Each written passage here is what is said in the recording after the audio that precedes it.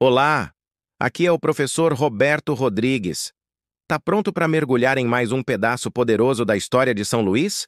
Então bora lá para mais uma dose de conhecimento que faz sentido e faz pensar. São Luís do Maranhão, uma cidade com ruas de pedra e casarões coloniais que parecem contar histórias. Mas você já se perguntou qual segredo econômico transformou essa ilha em uma das cidades mais ricas e importantes do Brasil colonial? A resposta está em uma fibra branca e macia, o algodão. Prepare-se para uma viagem no tempo, para desvendar a Era de Ouro do Maranhão, uma época de poder, riqueza e muitas contradições. Vamos voltar para os séculos XVIII e XIX. Enquanto o Brasil vivia o ciclo do ouro em Minas Gerais, no norte do país, uma outra riqueza brotava da terra. O Maranhão, com seu clima quente e úmido e solos férteis, provou ser o lugar perfeito para o cultivo do algodão em larga escala. Mas não foi só a natureza que ajudou. Uma peça-chave nesse tabuleiro foi a Companhia Geral de Comércio do Maranhão e Grão-Pará. Criada em 1755 pelo famoso Marquês de Pombal, essa companhia tinha um objetivo claro: turbinar a economia da colônia portuguesa, incentivando a produção e a exportação. Acredite, o algodão já era cultivado no Maranhão desde 1661, mas era algo mais doméstico, para fazer redes, roupas para o dia a dia. Nada grandioso. A virada de chave aconteceu na segunda metade do século XVIII. O mundo lá fora estava faminto por algodão. A Revolução Industrial na Inglaterra precisava de matéria-prima para suas fábricas de tecido, e o Maranhão tinha exatamente o que eles queriam. Os números são impressionantes e mostram o tamanho dessa transformação. Entre 1760 e 1771, as exportações de algodão do Maranhão saltaram de apenas 651 arrobas para mais de 25 mil. Isso é um crescimento absurdo. De repente, o porto de São Luís, que antes recebia umas 3 embarcações por ano, passou a ver um fluxo intenso.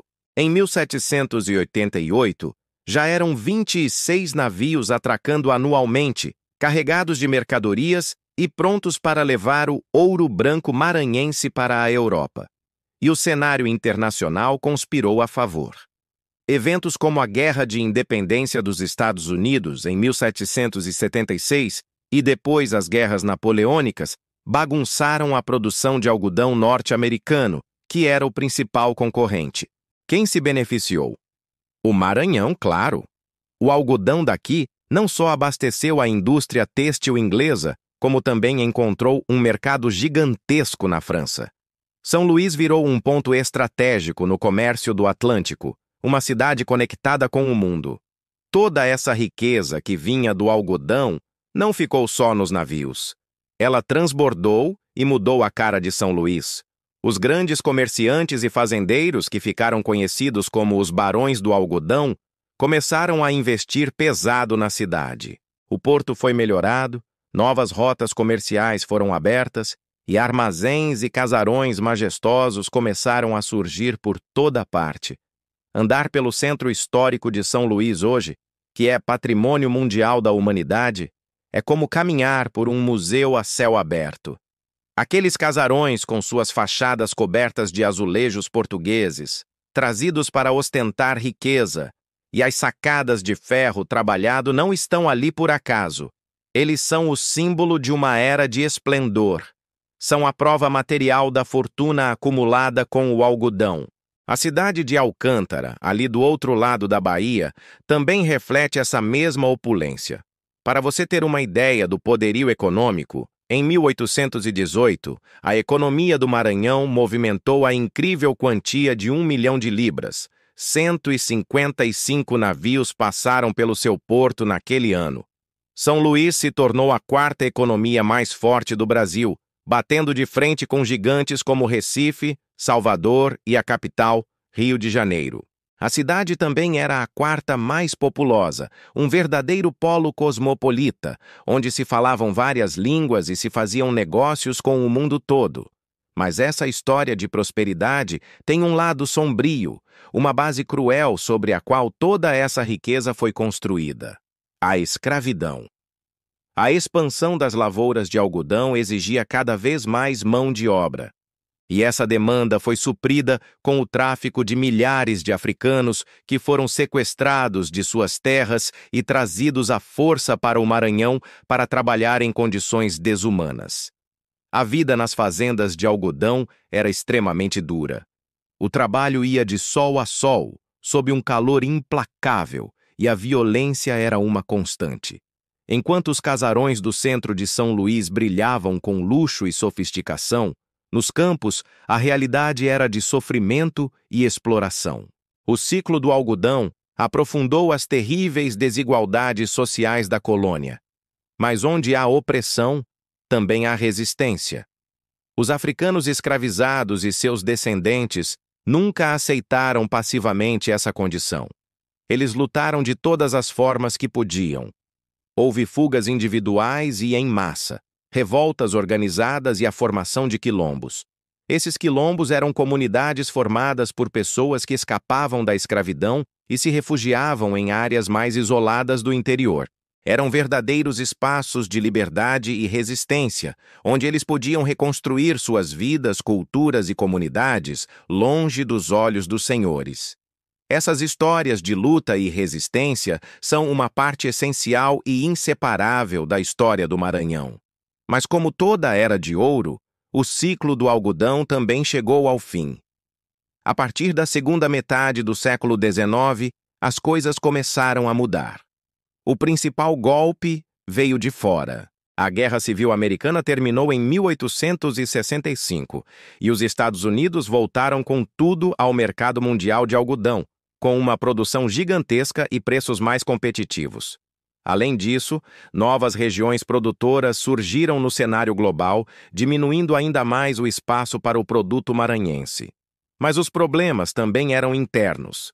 Anos e anos de plantio intensivo, sem técnicas adequadas de rotação de cultura, levaram ao esgotamento do solo. Pragas e doenças começaram a destruir as plantações.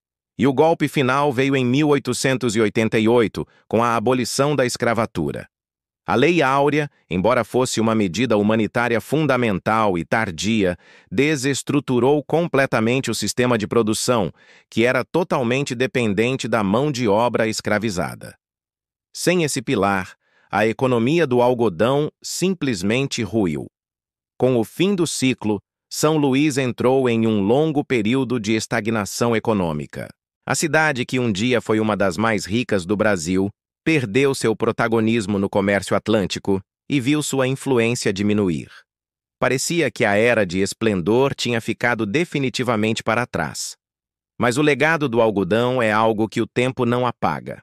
Ele está gravado na arquitetura, na cultura e na própria alma de São Luís. A riqueza daquela época permitiu o surgimento de uma elite letrada, que investiu em cultura, literatura e artes. Não é à toa que São Luís ganhou o apelido de Atenas Brasileira, no século XIX, por causa da sua intensa vida intelectual. Os casarões coloniais, as ruas de pedra, tudo isso conta a história de um tempo em que o Maranhão foi um dos lugares mais dinâmicos e complexos da economia mundial. Ao mesmo tempo em que gerou uma riqueza monumental, também foi palco de uma das maiores injustiças da história humana. O ciclo do algodão foi, sem dúvida, o motor que impulsionou São Luís, deixando um legado duplo. De um lado, a prosperidade, o desenvolvimento urbano e a projeção internacional.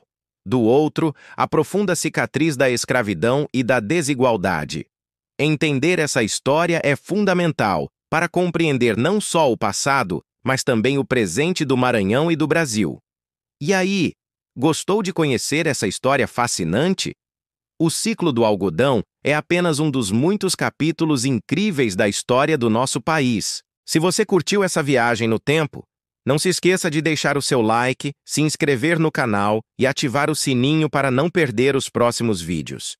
Conta pra gente nos comentários se você já conhecia essa parte da história de São Luís. Muito obrigado por assistir e até a próxima!